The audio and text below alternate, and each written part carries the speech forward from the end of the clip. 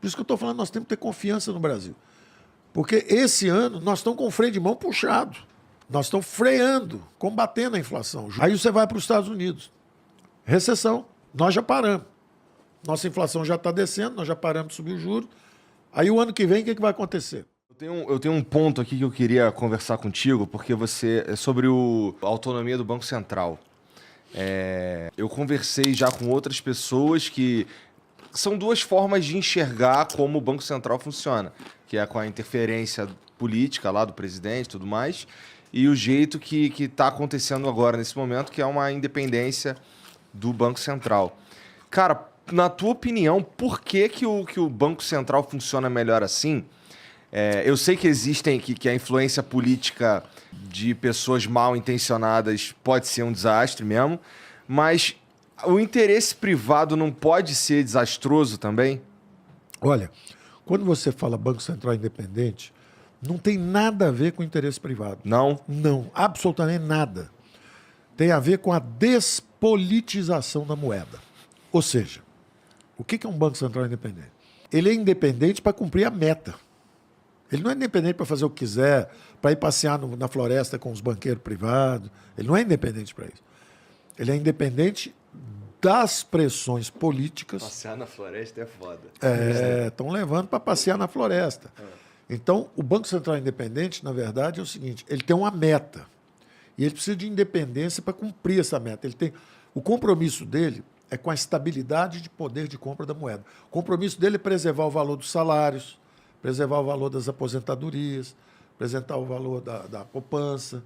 Então, o compromisso dele é botar a inflação ali dentro daquela meta. Ele precisa ser independente, porque pode chegar alguém para ele, como fizeram os governos passados, eu quero a reeleição, bota um juro zero aí, e depois a inflação explode. Eu quero a reeleição, vende 60, 70 bilhões de dólares de reserva aí para botar o dólar 1,80 artificialmente, para os brasileiros acharem que estão ricos, e eu ganho a eleição. E isso tudo tem efeito retardado. Então a gente bota um Banco Central independente com mandato não coincidente com o da política. Então é o seguinte, o governo dura 4 anos.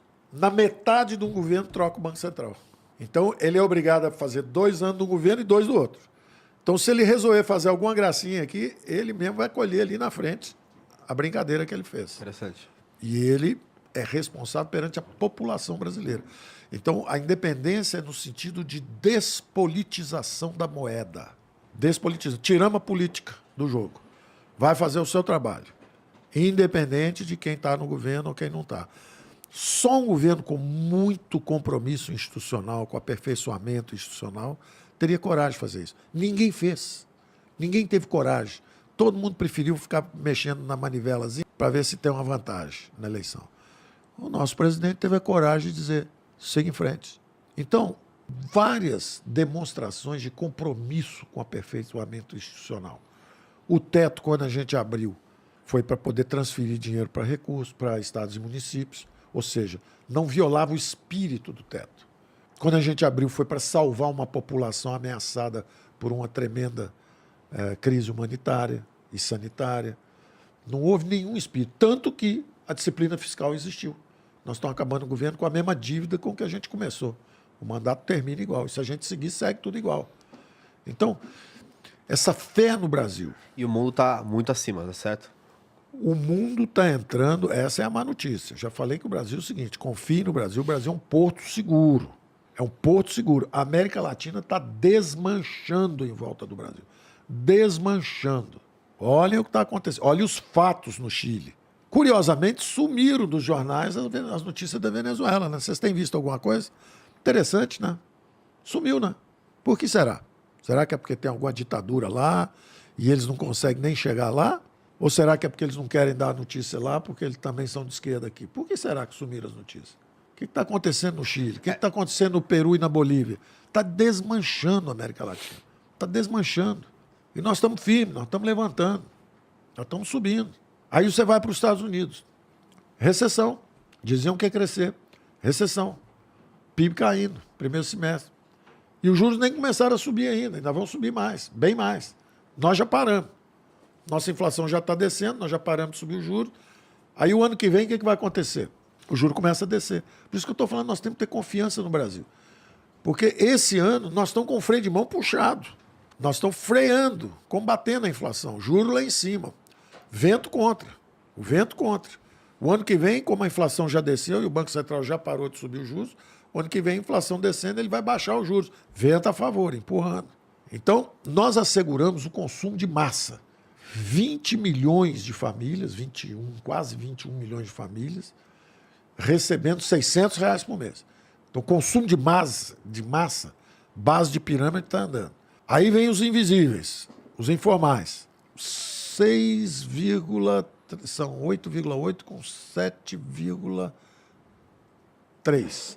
7,3 milhões de novos empregos informais. Todos eles voltando ao trabalho, todo mundo chegando a 100 milhões de brasileiros em trabalho.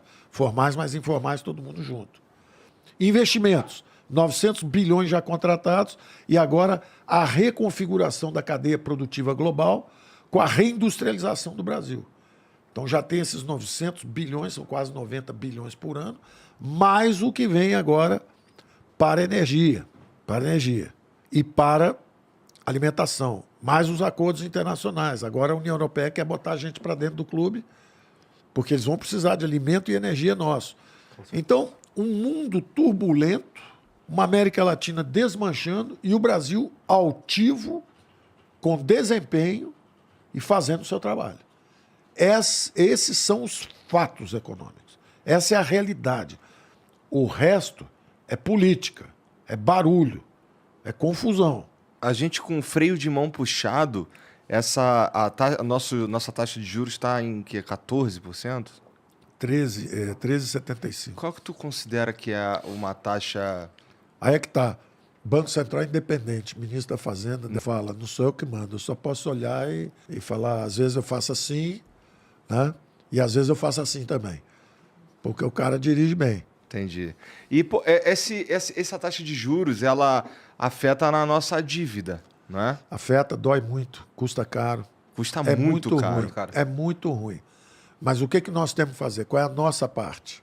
Cada um tem que fazer a sua parte. Então, o governo zerou o déficit. Então, eu sei que desde o ano passado eu não estou criando problema. O juro não está alto por minha causa. Porque eu estou em equilíbrio o ano passado, em equilíbrio. Justamente nós aproveitamos a volta em vez de crescer 7% ou 8% com um buraco fiscal, nós fizemos a volta tirando os estímulos. Então a economia não tem o doping. Não tem doping. Está tudo... É como é mesmo. Vida como ela é. Então a culpa não é nossa. O valor do dólar é o valor do dólar. O valor do dólar... Nós fizemos a nossa parte. Ele está lá agora. Agora, o que acontece? O Banco Central está fazendo a dele. Está fazendo o combate à inflação usando a ferramenta dele, que são os juros. Dói pra caramba. É ruim. Mas é uma inflação que veio... Não é mais a nossa culpa. A nossa foi quando a gente deu aqueles recursos, só que aí logo depois, no ano seguinte, a gente tirou, baixou de novo. E quando deu com recursos que nós mesmos gerimos, conseguimos criar com a nossa boa gestão. Então, nós não estamos pressionando a inflação. O fiscal está forte, está tranquilo. O que aconteceu com o monetário? O mundo inteiro, como desagregar as cadeias produtivas, os preços começaram a subir e os bancos centrais dormiram ao volante. Todo mundo dormiu ao volante, está todo mundo dormindo lá. O nosso foi o primeiro que falou, opa, o que está acontecendo? Pegou o caminhão e voltou para a estrada rápido. E o que acontece? O mundo inteiro agora é que está acordando, um ano depois do nosso Banco Central. Um ano e meio depois do nosso Banco Central. Então, nós estamos firmes e fortes com o fiscal, estamos com o monetário. Dói pra caramba esse juro, dói pra caramba, mas é aquele negócio. Está feita a cirurgia. Agora, daqui a pouco, começa a descer e está tudo certo. Isso é uma projeção realista. Super realista. O Banco Central está prevendo. O mercado, é interessante isso, o mercado estava prevendo inflação de 11% esse ano, no início do ano. Eu falei, vocês vão passar o ano revendo para baixo. Aí eles reviram para 10, para 9, para 8, para 7. Eu estava a caminho, vindo para cá, atravessando os 7 grandes lagos de São Paulo, né? Porque está chovendo muito. Então, o carro de vez em quando dava uma paradinha, tinha que dar uma volta e tal. Mas eu vi uma previsão, já para o ano que vem, Focus na sexta-feira já saiu 5,88. E aí eu vi já um banco conhecido, importante, fazendo uma previsão já de 5,5. Então, aí um juro... Começou em 11.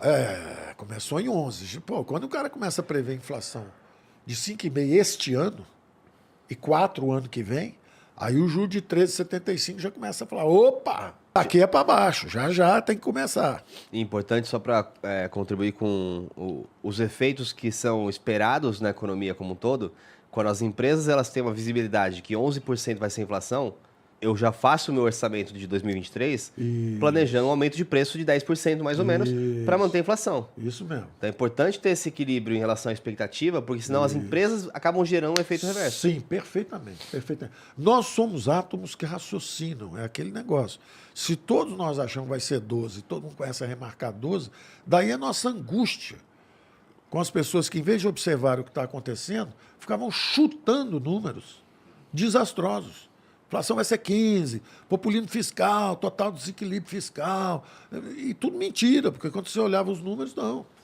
Então, se agora nós, por exemplo, percebemos que a inflação está descendo, que os juros vão descer, o Brasil pode perfeitamente crescer 3% de novo ano que vem, tranquilamente.